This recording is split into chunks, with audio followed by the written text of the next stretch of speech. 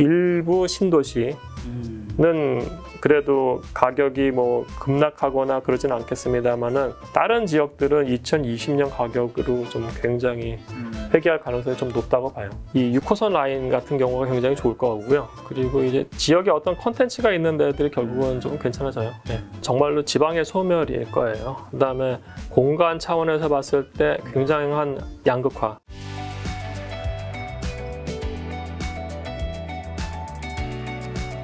교수님 지난번에 김작가TV에 한번 나오셨잖아요. 그때 이제 내년 집값 예. 한 20에서 30%였나요? 20에서 40%였나요? 아니요. 그러니까 10에서 17% 서울이 평균. 서울이. 예. 지방은 어떻게 되는 거였죠? 지방은 제가 계산을 안 했어요. 예, 그래서 서울만 했고 그때는 이제 서울 평균이 그 정도고 강남하고 이제 노도성 이 3지역 봤을 때 노도성 지역이 조금 더 떨어질 거다. 뭐 그렇게 말씀은 드렸었죠. 예. 그때 어쨌든 얘기하시고 난 다음에 또 시간이 좀 지났잖아요. 네. 그 사이에 이제 시장, 뭐 수도권 기준에 있을 때 분위기가 좀 어떤지랑 그 사이에 또 뭐 바뀐 것들이 있다면 뭐가 있을까요, 교수님?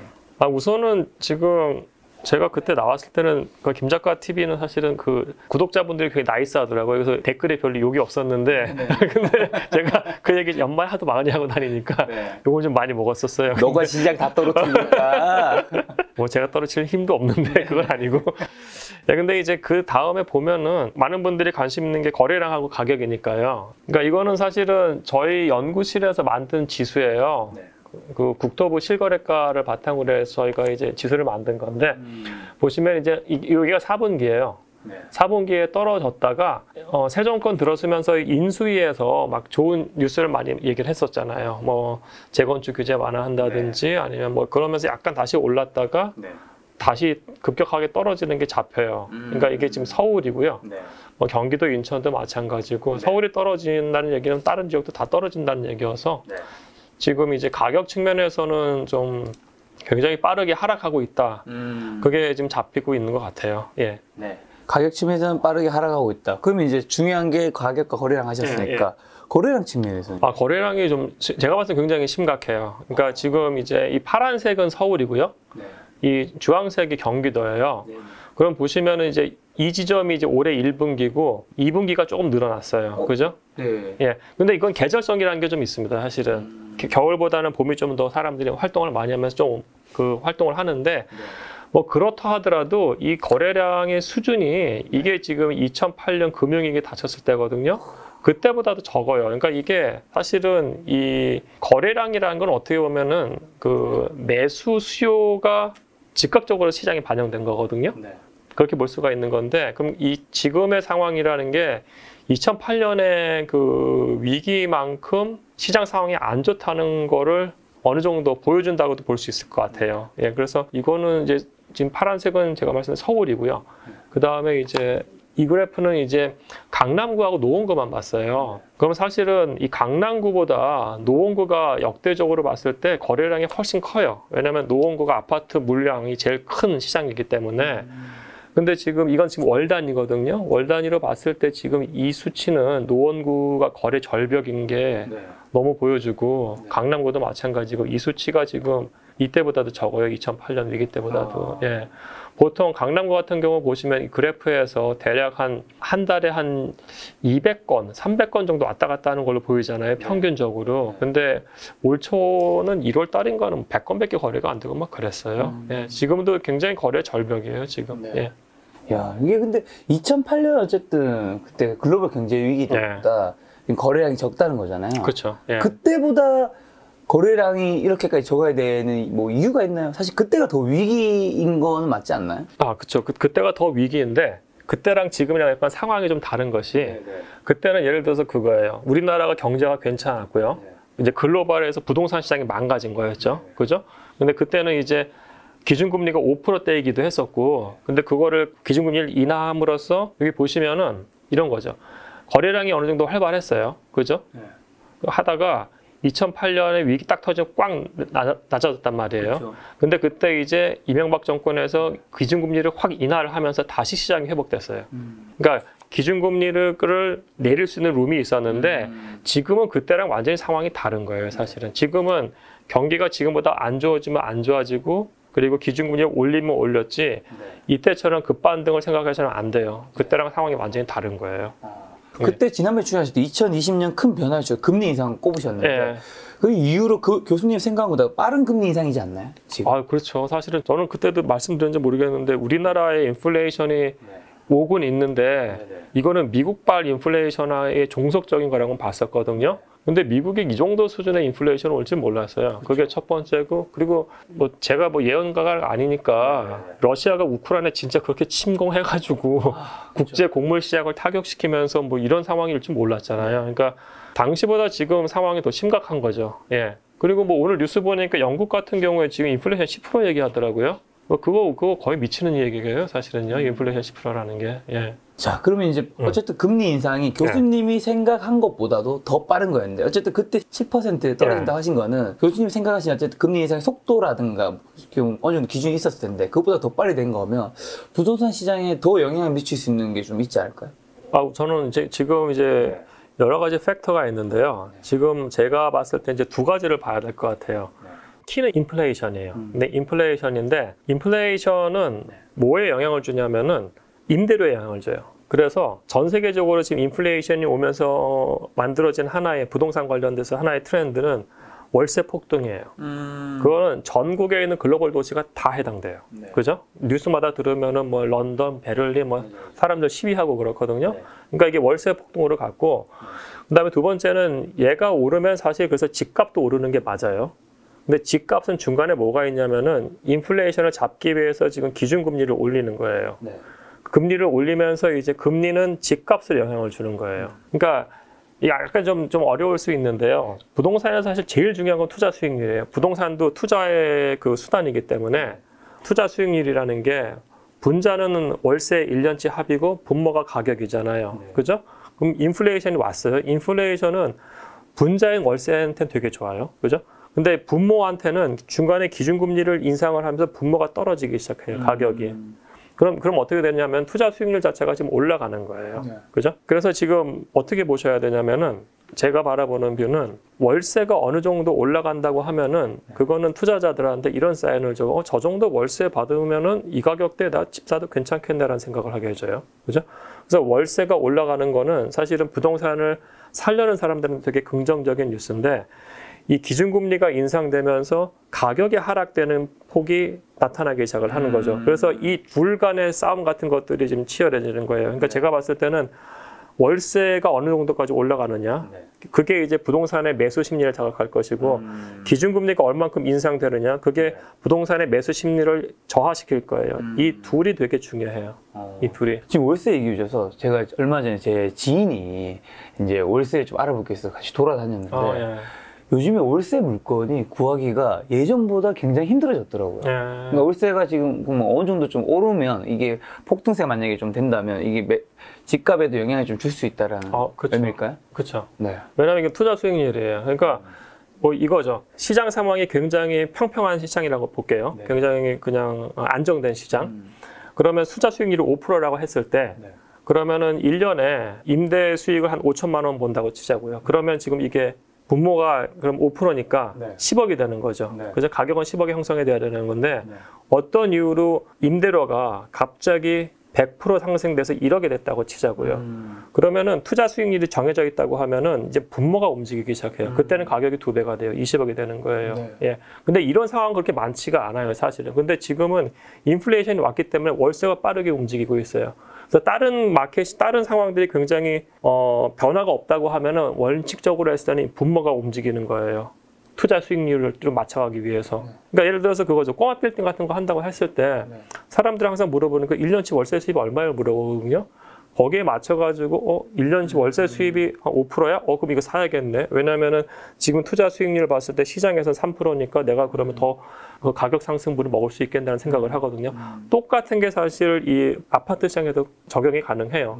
다만 여기서 사람들은 아까 말씀드린 것처럼 인플레이션이 온 거에 대해서 이 기준금리를 인상시키는 게 나타나기 때문에 이게 분모에 영향을 미치는 거죠, 사실은요. 그래서 지금 상황이 뭐가 더 힘이 세느냐가 지금 얘기가 될 것 같아요. 그럼 교수님은 어떻게 좀 우선은 지금 월세가 네. 급격히 상승한 건 맞는데요. 네네. 이게 끝없이 상승은 못해요. 왜냐하면 사람들이 지금 월세 상승하는 것 대비 본인들의 소득 수준은 빠르게 상승하지 않잖아요. 그렇기 때문에 이분들은 만약 월세가 지나치게 상승을 한다고 하면 서울이 아닌 다른 지역에 가서 살든지 아니면은 약간 하위 지역인 빌라로 가서 살 수도 있고 다양한 선택을 할 수가 있기 때문에 그래서 저는 지금 월세가 어느 정도 올라갔다가 꺾이느냐 하고요.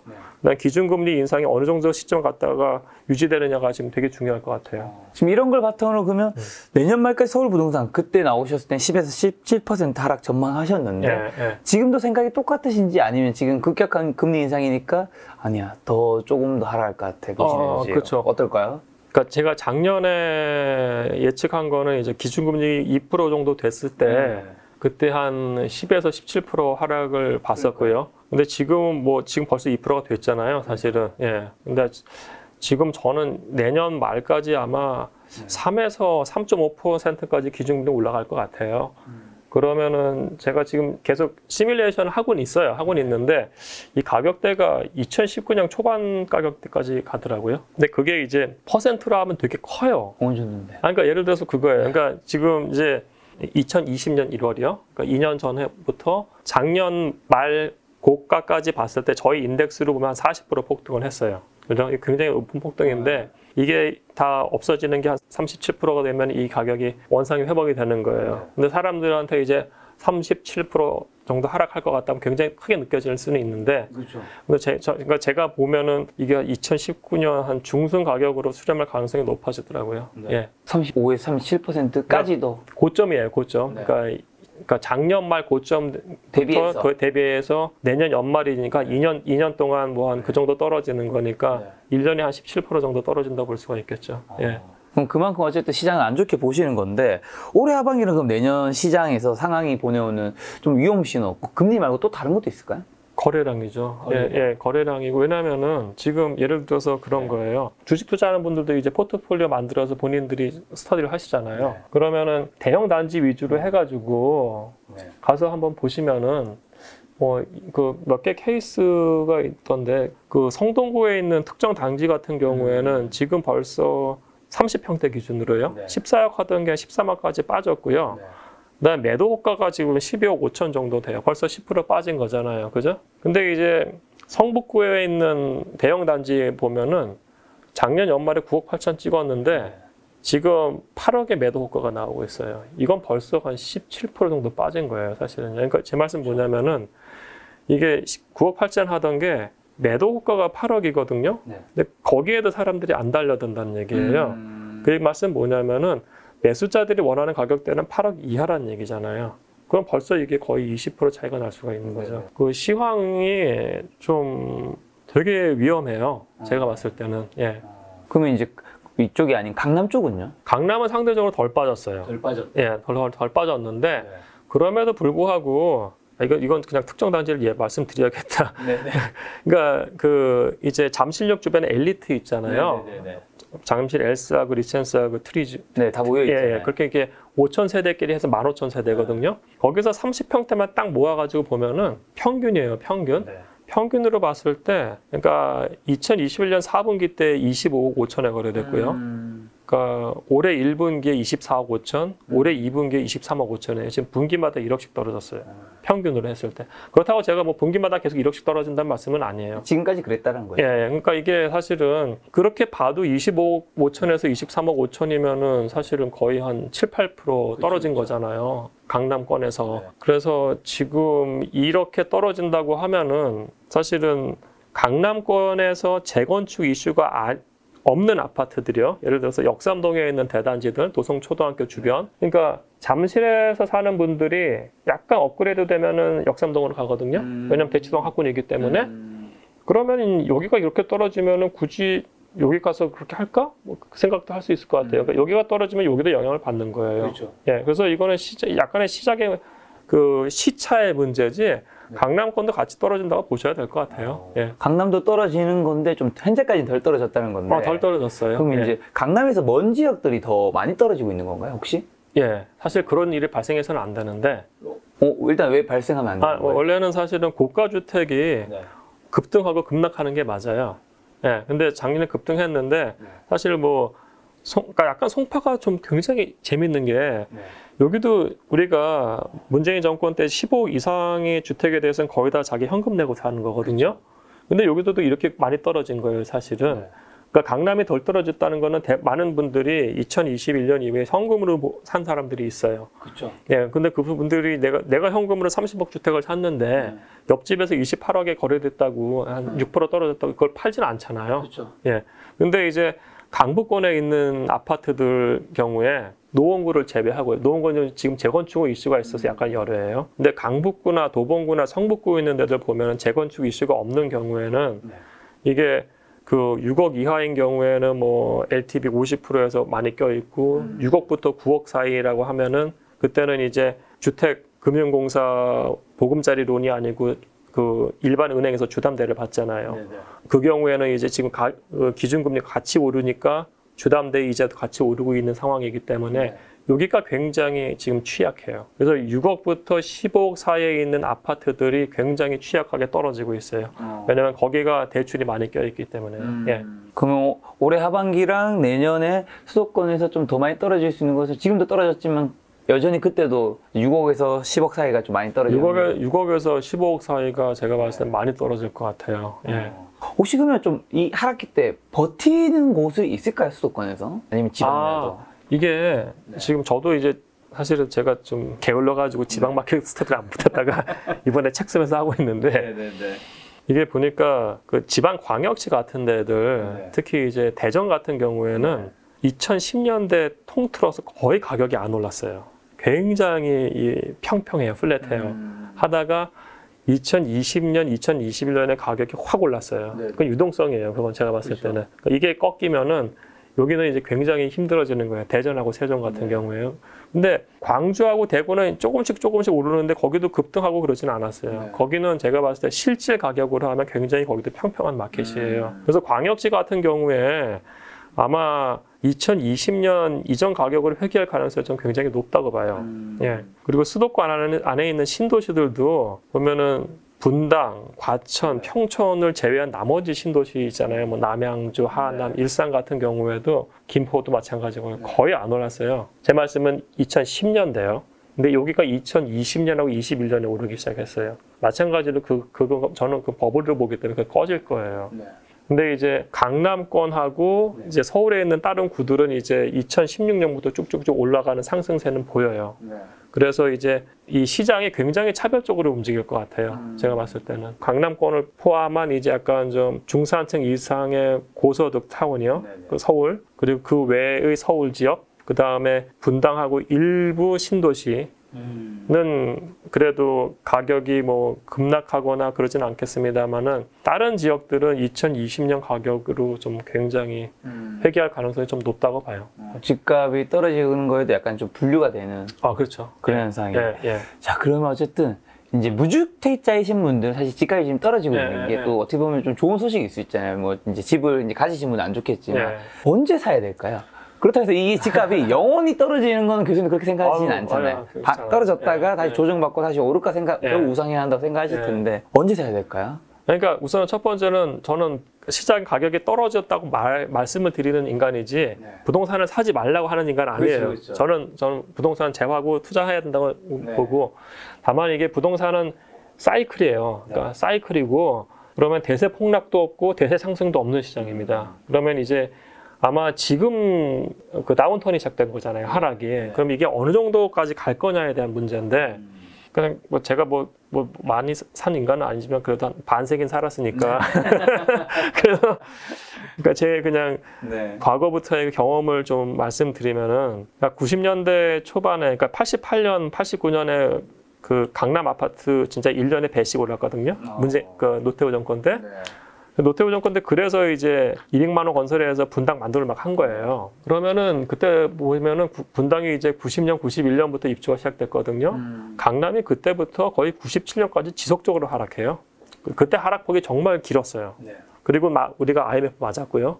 그 다음부터 상승을 했는데 그때도 상승이 꽤 길었죠. 한 또 6, 7년 또 정체하다가 상승을 했었죠.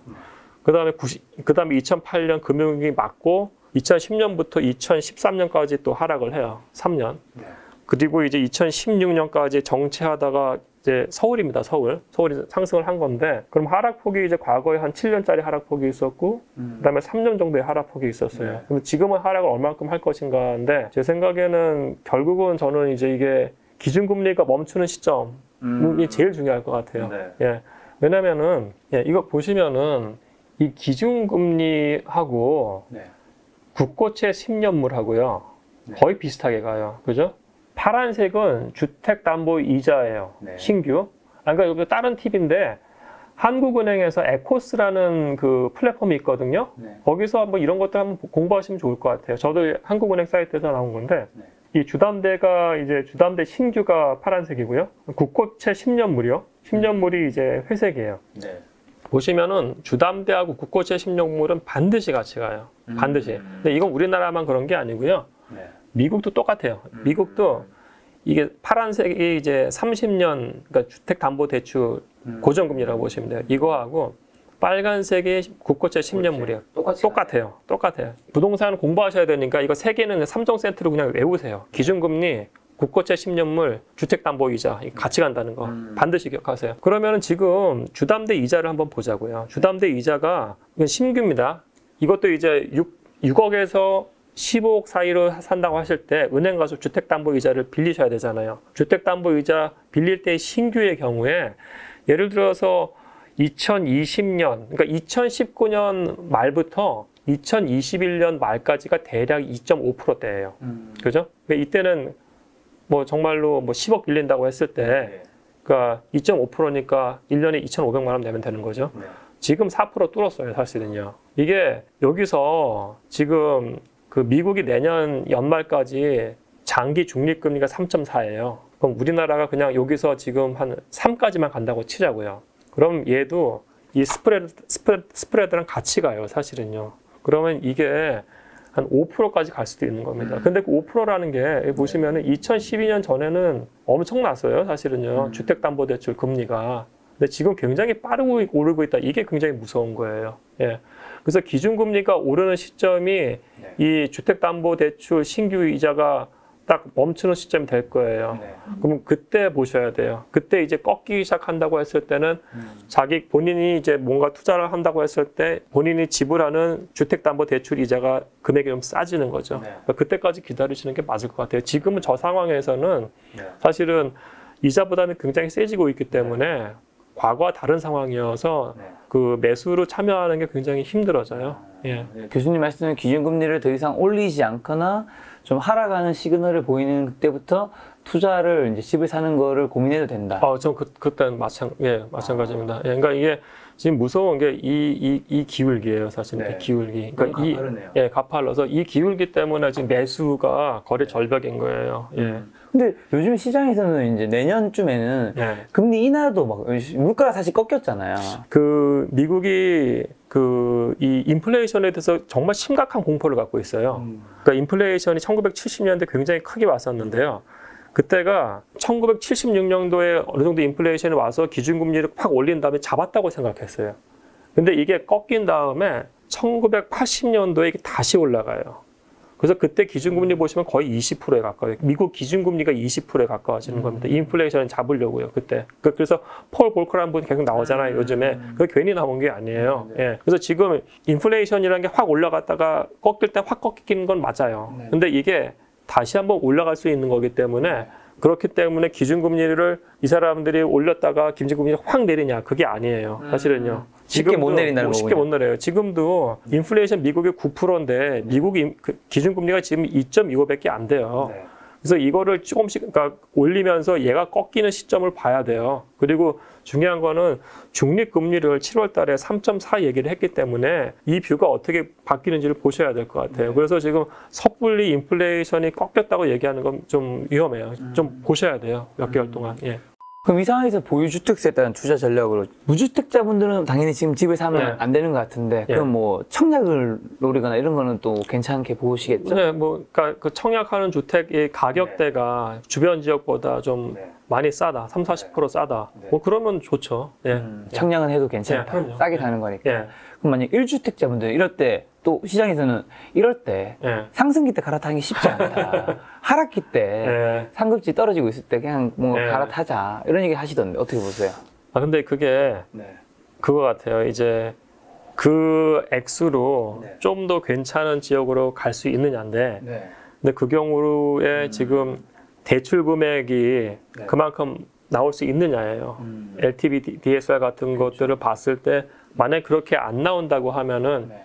약간 좀 완전히 꼬여버리기 시작을 하는 거죠. 그래서 그거는 본인이 선택이긴 해요. 본인 선택인데 파는 순간하고 매수 순간이랑 같이 보셔야 되고 본인의 부담이 들어가느냐 안 들어가느냐 여부를 좀 같이 고민을 하셔야 될 것 같아요. 예. 근데 아까 그 거래량에서 예. 여기 서울특별시랑 경기도에 거래량 있잖아요. 그 다음에 강남구랑 노원구도 있잖아요. 예, 예, 예. 여기서 근데 아까 든 궁금한 게 하나가 예.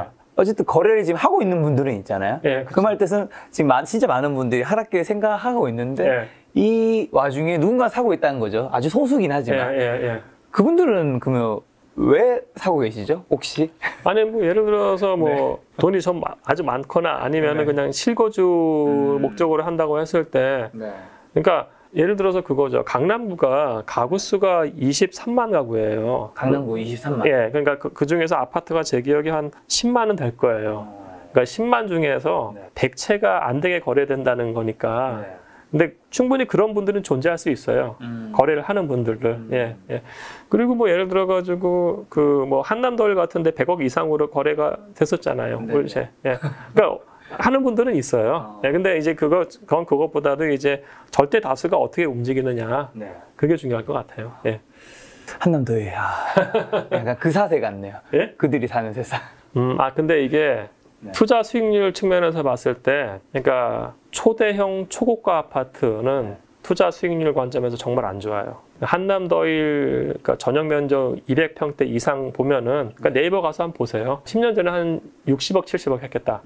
근데 100억 이상 팔린 거 올해 빼고요. 대부분이 80억에서 90억이에요. 그 얘기 뭐냐면은 지난 10년간 가격 상승이 50%라는 얘기예요. 근데 서울 평균으로 가격 상승이 2배가 된 데가 많아요. 그죠? 그러니까 초대형 초고가 이 트로피 단지가 우리나라에서는 가격 상승률이 생각보다 낮아요. 그러니까 투자 수익률 측면에서는 안 좋아요. 저 아는 분이 한남더위에 사는데 그분이 그런 얘기 하죠. 한남더위 전세 살거든요. 예. 이런 데는 전세 사는 게 맞아요. 오히려 더 좋아. 네. 왜냐하면 이걸 만약에 뭐 몇십억 주고 사잖아? 그러면 취등록세에 그 비용이 너무 많은데 나는 그냥 전세를 어떻게 보면 싸게 좋은 곳에 살 수 있는 거야. 그게 맞죠. 왜냐하면 투자 수익률이 지금 다른 데보다 월등히 떨어지고 있기 때문에 그러면서 본인은 다른데 오를 때를 하고 있더라고요. 그분은 투자를 괜찮게 하신 거네요. 근데 또 이런 건 또 있어요. 그러니까 외국에서 트로피 단지라고 그러거든요. 트로피 하우스 완전 슈퍼 위치가 사는데 그러니까 예를 들어 갤러리아 포레 같은 데는 사실은 거의 다 70평대 이상의 딱 그거예요. 한남더일 나이는 마찬가지고요. 근데 서초구에 이제 트로피 단지라고 할 만한 데가 레미안 퍼스티지하고 이제 반포자이인데 거기서 수익률 제일 좋은 거는 반포자이 30평대예요. 반포자이 30평대는 가격이 한 100% 이상 올랐어요. 거기 왜요? 아니 그러니까 그 얘기 제 말씀은 2013년부터 현재까지 누적으로. 근데 반포자이 30평대는 뭐 충분히 오를 수 있죠. 왜요? 아니요, 그 30평대에 대한 수요가 굉장히 많잖아요. 수요가 좀 더 많으니까 네. 아까 거의 70평대, 뭐 80평대, 네. 한남도 이런 데보다는 그리고 이제 물론 반포자이에도 이제 50평대 이상이 있거든요. 거기는 상대적으로 덜 올랐어요. 그러니까 이렇게 그래프가 돼요. 50평대 이상은 30평대는 이렇게 돼요. 네. 그러니까 투자 수익률은 트로피 단지에 있는 소형 주택이에요. 네. 그런데 훨씬 좋을 수 있다. 자, 그러면 지금보다 한 10년쯤 지났을 때는 교수님도 지금 이 하락기가 지금 어쨌든 하고 있지만 10년쯤 지났을 때는 집값이 지금보다 더 비쌀 거라 생각을 하시겠죠. 아, 그렇죠. 근데 지금 워낙에 버블이 40% 올라갔다가 지금 이게 꺾이는 시점이니까요. 시점이 좀 중요할 것 같아요. 그러니까 저는 이제 서울이에요, 서울. 딴 데 말고. 서울은 이제 기본적으로 대세 상승은 맞는데 거기 안에서 사이클이 이렇게 있는 거거든요. 근데 이번 사이클 지나치게 높았어요. 근데 이게 이제 어느 정도 꺾여가지고 다시 반등하느냐인데, 근데 이제 10년 후에 봤을 때 이 가격이 과연 여기까지 갈 수 있느냐도 지켜봐야 돼요. 제 말씀 뭐냐면은 우리가 이제 2000년대 중반, 2004년부터 8년까지도 엄청나게 폭등했거든요. 근데 강남구에 있는 특정 단지에서 그때 고가에 산 분들이 있어요. 최고가. 그 가격을 회복하는 게 10년 걸렸어요. 예. 그래서 한번 물리면 무섭기 때문에 부동산이라는 게 그래서 되게 조심하셔야 돼요. 예. 그러면 근데 지금 부동산 시장에 보면 이 사실 급질한 게 상급, 차급, 중급 예. 다 알잖아요. 사람들이 예. 그 가격으로 다 나와 있고 한 10년쯤 지났을 때 이게 좀 역전할 수 있는 곳이 있나요? 뭐 한두 군데 여기는 지금과는 상황이 좀 달라져 있을 것이다. 그러니까 이건 사실은 그 도시의 어떤 네. 전반적인 그 성장 전략 또는 네. 패러다임이 어떻게 변화하느냐인데 이 꼭 고가주택만을 얘기하는 건 아니고요. 그렇죠, 그렇죠. 지금부터 좋아질 유망 입지라고 해야 될까요? 제 관점은 네. 이거 책 내용인데 미리 얘기를 해야 되는 거 나중에 미리 얘기 좀 해주세요. 아마 이제 10월에 11월에 또 신간이 예. 나오시는데. 그 우선은 핫플레이스 위주로 봤을 때 네. 핫플레이스가 2호선하고 3호선, 6호선을 따라서 지금 돼요. 그건 상업지예요, 상업지. 네, 네. 그다음에 업무지구를 봤을 때 업무지구를 하면 이제 뭐 강남역에 있는 거대한 오피스 건물들 이런 데죠. 종로에 있는 오피스 건물들 보면은 이게 중구 종로가 CBD가 굉장히 크잖아요. 근데 거기가 이제 을지로고요. 네. 이제 원래는 을지로 입구역까지만 있었는데 이게 대우건설이 을지로 사가역에 만들어지면서 동쪽으로 가고 네. CGV도 이제 충무로 5가역에 있어요. 거기서 조금만 더 가면 왕십리고요. 그 다음에 2호선을 따라서 내려가면 이제 성수동이에요. 성수동도 업무지구로 커져 있기 때문에 을지로, 왕십리, 성수동이 장기적으로 연결이 될 거예요. 네. 그러면 이제 이 주변을 보시면은 그러니까 성수동 쪽에 갤러리아 4에 있고요. 그 다음에 이제 아크로 있고 그 다음에 그 뒤에 HDC에서 굉장히 좋은 또 아파트 단지 만들고 있어요. 그러면서 이제 행당동 주변하고 이게 다 왕십리까지 해서 네. 지금 괜찮은 주거단지, 그러니까 중산층 이상의 주거단지로 바뀌고 있어요. 네. 그러니까 업무지구가 완성이 되면 연결이 되면서 중산층 단지로 만들어진다고 했을 때 이 지역이 굉장히 바뀔 거예요. 특히 이제 지금 대부분이 1인 가구, 1인가 2인 가구 위주지만은 세운상가 주변이 엄청나게 바뀌고 있어요. 네. 거기 힐스테이트라든지 아니면 큰 그 1, 2인 가구들을 위한 단지가 만들어진다고 하면 이분들은 밤에 놀아야 되니까 그렇죠, 그렇죠. 주변 상권이 지금과는 완전히 달라질 거예요. 완전히 다른 모습의 을지로, 충무로를 발견할 거예요. 그리고 이게 주변에 이제 서울 중심 지역은 굉장히 그 블록마다 컨텐츠가 되게 다양하잖아요. 예를 들어서 광장시장 완전 먹거리고요. 그죠? 그 바로 밑에 있는 방산시장은 패키징하고 뭐 인쇄와 관련된 것들이 있고 그 바로 남쪽 블록엔 중부시장, 건어물 시장이 있단 말이에요. 이런 되게 좋은 컨텐츠들이 있기 때문에 이것과 연계되는 새로운 뭔가가 만들어진다고 했을 때 이 서울 중앙부 특히 이제 그 아기가 있는 가구는 아니고요. 굉장히 젊은 가구들한테는 매력적인 주거지가 될 가능성이 높아요. 예. 방금 말씀해 주신 업무지구는 뭐 사무 쪽인 건 알겠는데 핫플이라면 우리가 생각하는 그냥 놀러 가기 좋은 그렇죠. 뭔가 예, 카페, 예, 예. 술집, 음식, 식당 예. 이런 게 많이 모여 있는 거 생각하면 되는 건가요? 그렇죠. 상권이죠, 상권. 네. 상권. 그래서 지금 뭐 예를 들어가지고 제가 봤을 때는 앞으로의 트렌드는 1세대 상권이 부활할 거예요. 1세대 상권이 부활할 거고 그 다음에 보셔야 될 부분은 그러니까 제가 2호선하고 6호선 말씀드렸잖아요. 네. 그래서 신당이 되게 재밌게 변하고 있어요. 신당역 주변에 신당동이. 예. 지금 현재는 그럼 어쨌든 이 핫플이라는 건 사실은 이걸 주도하는 거는 MZ 세대잖아요. 그렇죠. 지금 현재 가장 핫플은 네. 어디예요? 지금 현재 가장 핫플은 네. 압구정동 도산공원이 재발견이죠. 요즘 압구정 로데오 쪽이 압구정 쪽이 다시 뭐 뜨고 있다면서요? 예. 왜 뜨는 거예요, 이쪽이? 그거는 그러니까 여러 가지인데요. 네네. 그러니까 우선 첫 번째, 그러니까 이런 핫플이건 리테일이건 투자할 때 굉장히 조심하셔야 돼요. 왜냐하면 압구정동 로데오는 제가 대학교 때 완전 흥했던 상권이에요. 그렇죠. 그리고 정확하게 청담동에 고생 카페 생기면서 압구정 로데오는 그냥 망해요. 그게 95년인가 그렇거든요. 그때부터 뭐 야타 얘기 나오면서 청담동은 파킹이 가능하니까 도보 상권이 아니고 그때 자동차 상권으로 바뀌어요. 그러면서 압구정 로데오는 그냥 몰락이에요, 사실은. 그게 90년대 중반부터 2021년 초까지예요. 네. 무려 26년간 우리나라 최고 부자 동네 앞에 있는 상권이 몰락한 거예요, 사실. 예. 근데 이제 이게 턴한 거는 제가 봤을 땐 두 가지인데 첫 번째는 이제 작년 초 뉴스 보시면 나올 거예요. 거기 건물주분들이 이제 반값 임대료 말씀을 하셨고 두 번째는 사실은 이게 약간 좀 제가 어떻게 하다가 이태원에서 클럽 하는 친구들을 좀 후원하는 모형을 했었어요. 네네. 작년에 망했어가지고 거기가. 근데 이제 그러니까 작년에 이태원이 특히 코로나 때 심각하게 망가지면서 거기서 라운지 클럽 하는 친구들이 도산공원 근처에서 했어요. 그러니까 이게 어떻게 보면 하나의 그러니까 공간 차원에서 임대료가 저렴해진 거 하고요. 두 번째는 하나의 큰 이 문화 산업의 크루들이 글로 들어간 거예요.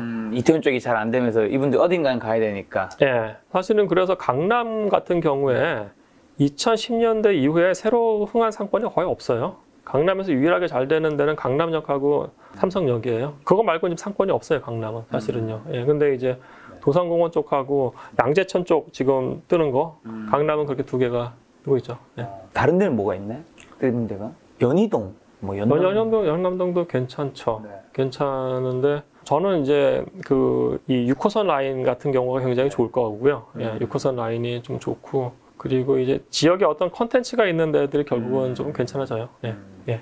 자, 요즘 인구 관련돼서 좀 질문 드려볼까 하는데, 일본처럼 우리나라도 이제 고령화 심각하게 생각해야 할 때인 것 같은데, 인구 급감과 고령화가 지금 어느 정도 심각한 문제고, 이게 부동산 시장에도 좀 어떤 문제들로 야기를 할 건지.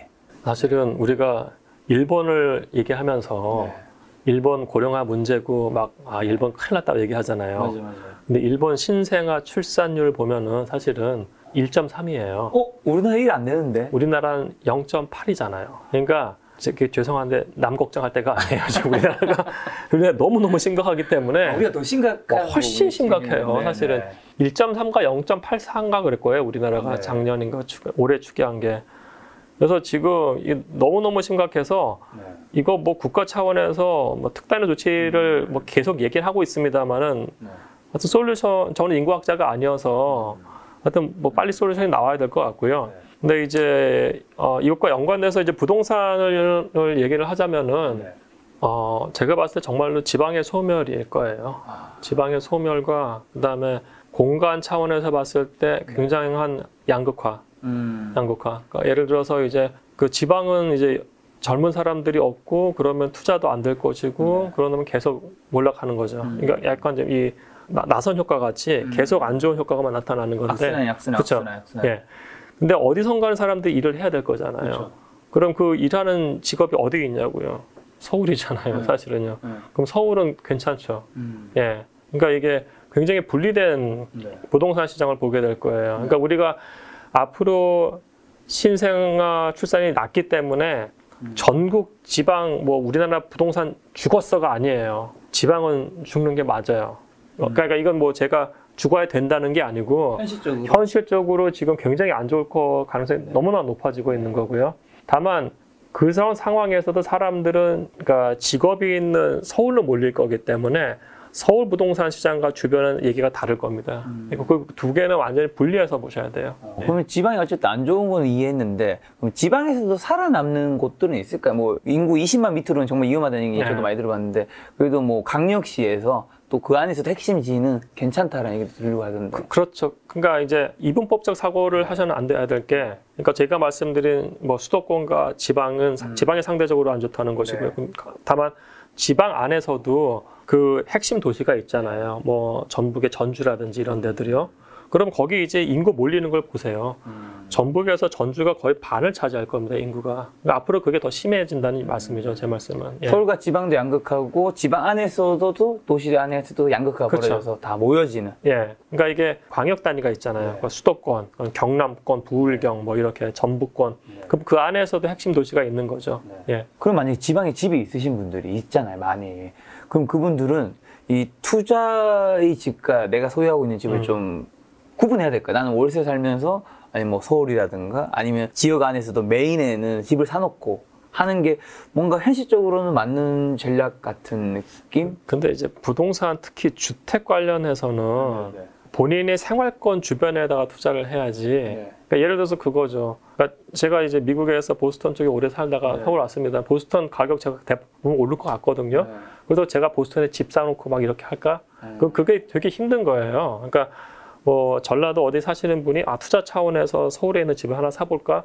저는 그런 거 추천은 못 드리겠어요. 그럼 그분들은 지방에 만약에 집값이 떨어지는 쪽에 있으면 그걸 온몸으로 그냥 다 맞아야 되는 거예요? 아니 그러니까 예를 들어서 이제 그 경우에는 제가 봤을 때는 그러니까 전세도 하나의 초이스가 될 수도 있을 것 같고요. 그리고 이제 제가 대전분한테 이런 얘기를 들었는데요. 네. 대전은 가격이 거의 안 움직이니까 네. 이분들은 뭐 그런 말씀을 하시더라고요. 새로 만들어진 단지가 있으면 거기 우르르 몰려가서 살고 3, 4년 있다 또 이렇게 몰려가서 살고 뭐 이런 식으로 그러니까 아마 거기에 맞는 새로운 라이프 스타일이 있을 것 같아요. 예.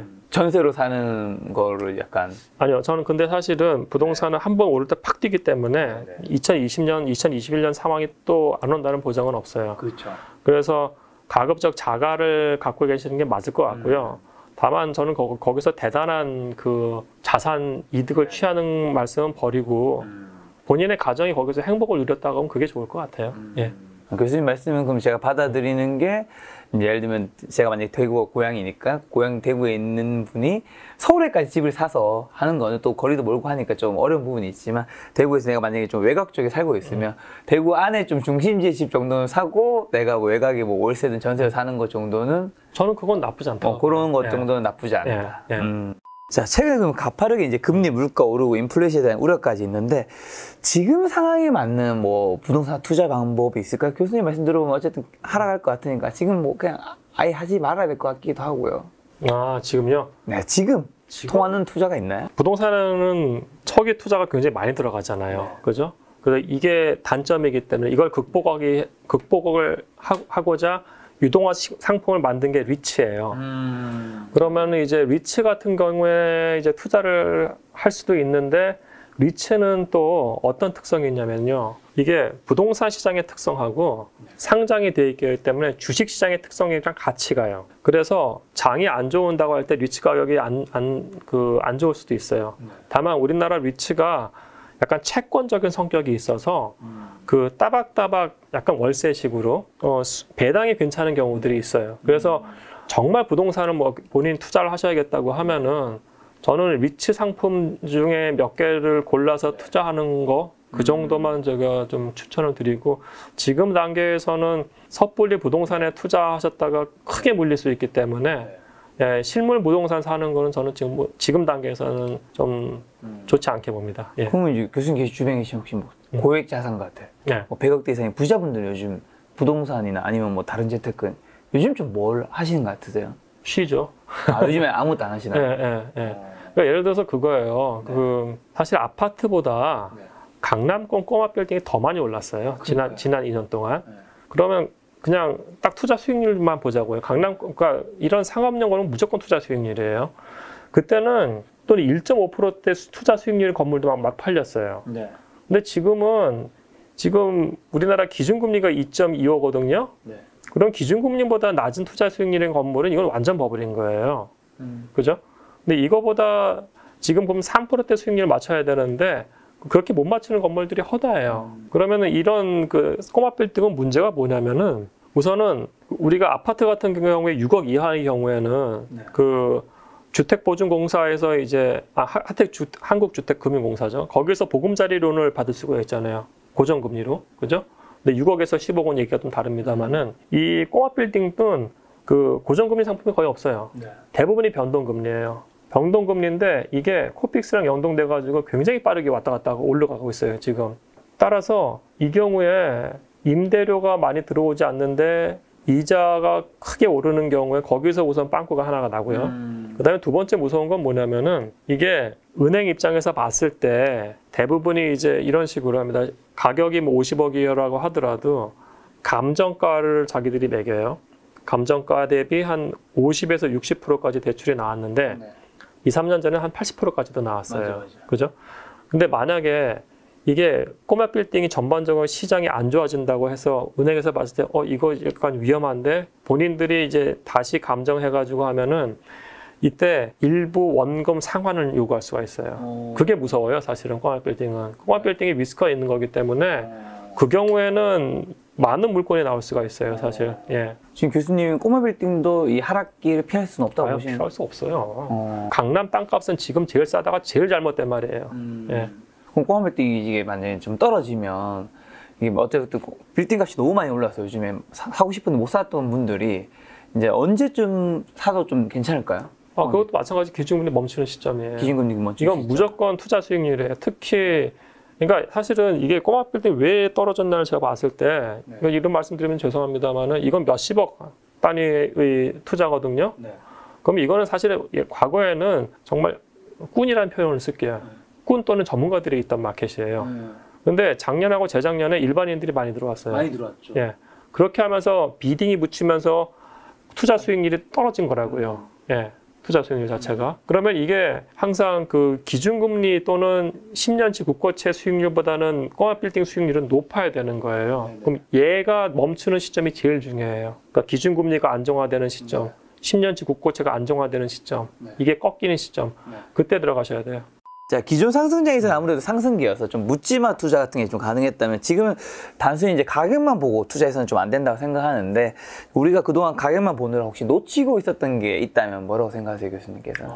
그러니까 지금 아파트 같은 경우에는 지금은 굉장히 보수적으로 보면서 근데 사람들이 가격만 보고 사지는 않지 않나요?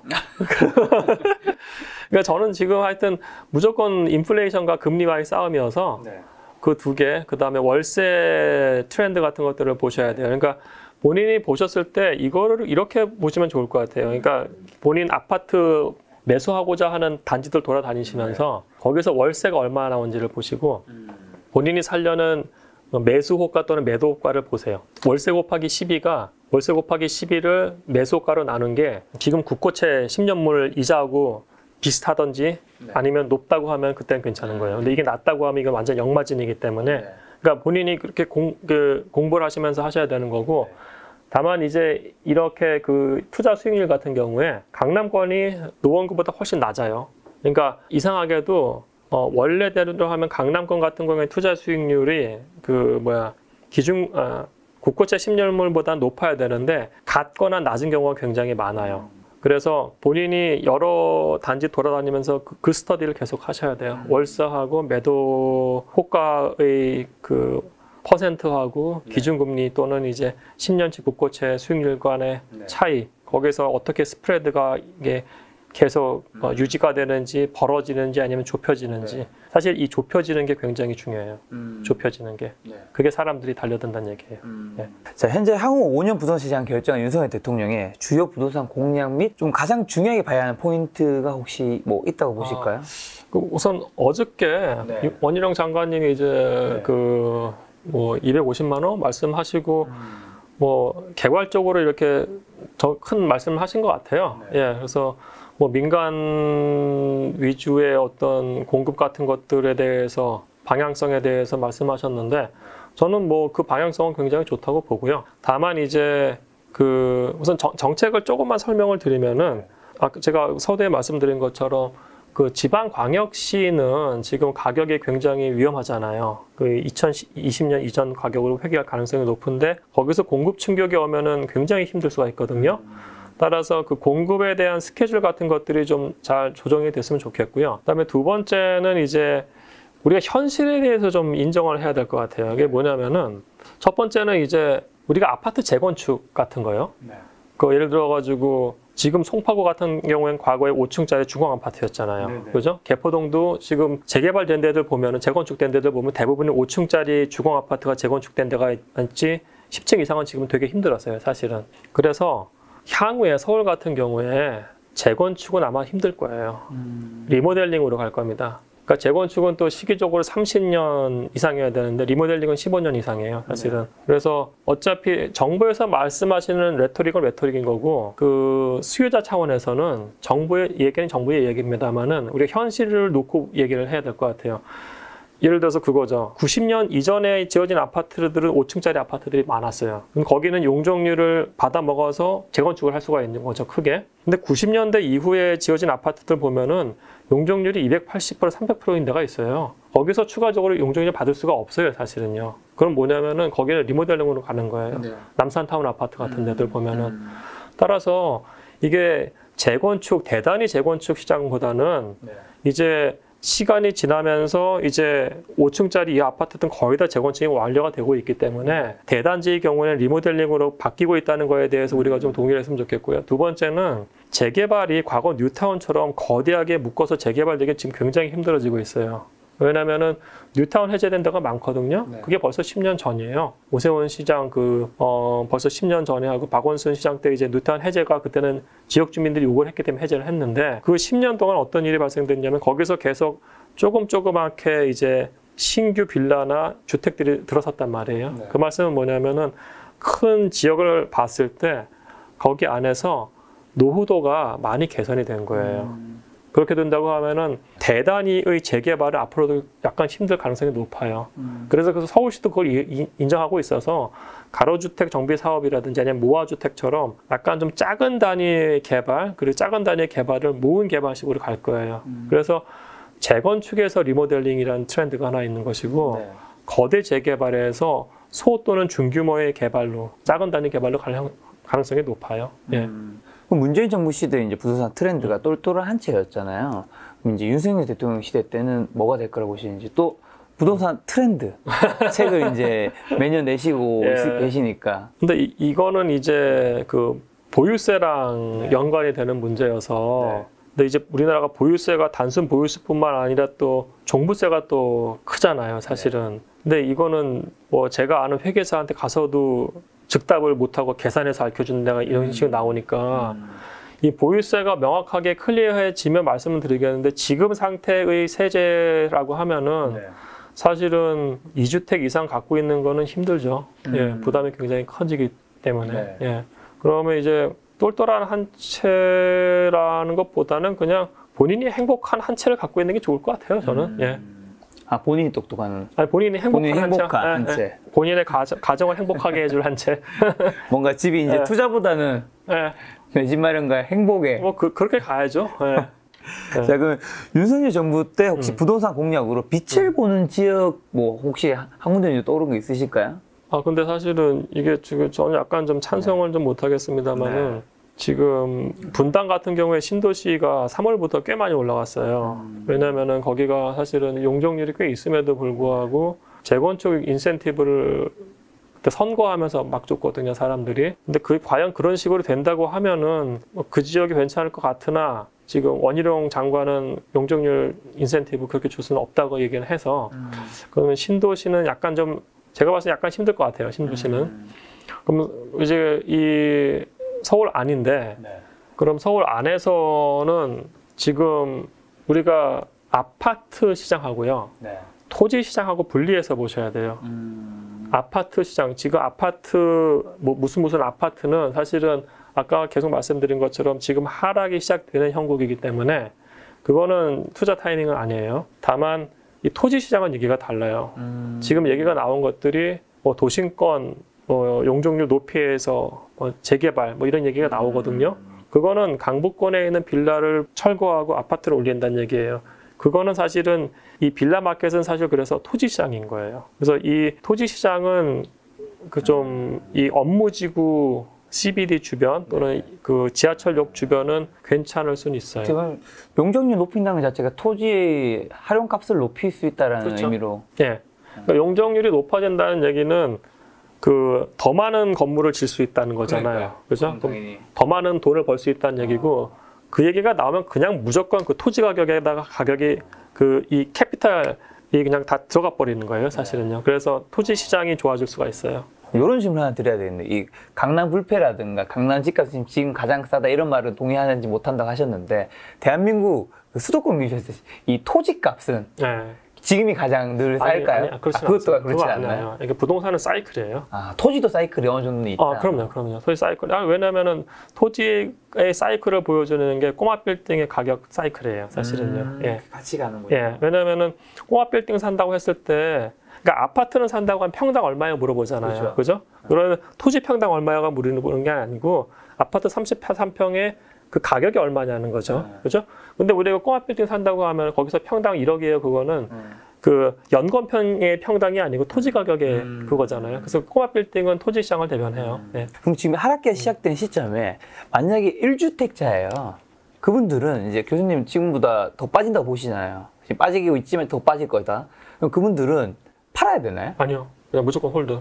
왜요? 아니, 더 빠질 거면. 근데 사실은 저는 하여튼 부동산을 한 채는 갖고 있는 게 좋다고 생각하는 인간이기 때문에 그럼 본인이 이제 다른 데로 다른 물건을 지금 잡을 수 있어야 되는 거죠. 사실은요. 그래서 섣불리 그렇게 움직이시면 안 될 것 같아요. 그러니까 예를 들어서 그거예요.